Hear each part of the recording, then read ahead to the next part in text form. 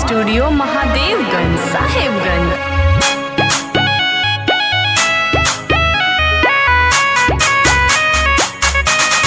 Music by Vishal Yadav.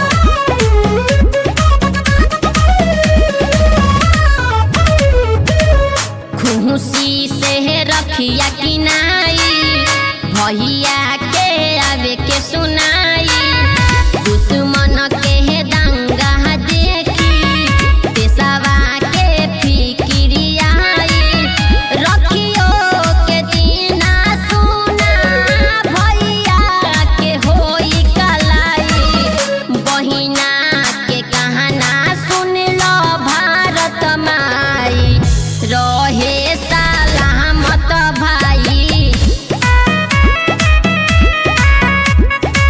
आ दूर मत होके भाई।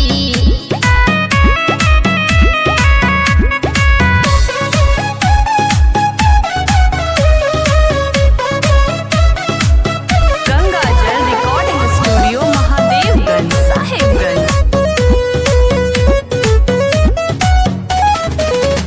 आते सबके खातिर आज घर वो नहिले हो थाली में सजावली राखी ताकती रही गईले हो।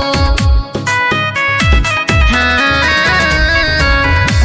ते सबके खातिर आज घर वो नहिले हो थाली में सजावल राखी ताकती रही गईले हो। साल भर के एक उम्मीद उहो आज पारी हो जाई हथेली पजान लेके होत लड़ाई रहे सलामत भाई आ दूर मत होके भाई।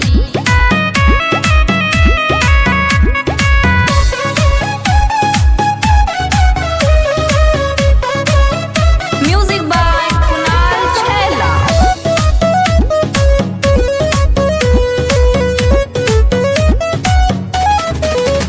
अरे रक्षा बंधन रक्षा कवच बिना लड़त होई है पहिना के याद बेरी बेरी उत करत होई है।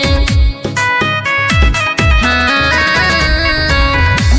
रक्षा बंधन रक्षा कवच बिना लड़त होई है बहिना के याद बेरी बेरी उत कहरत होई है।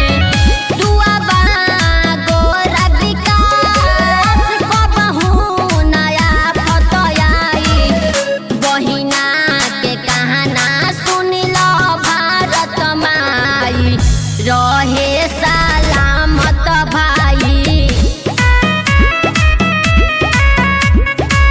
आ दूर मत होके भाई।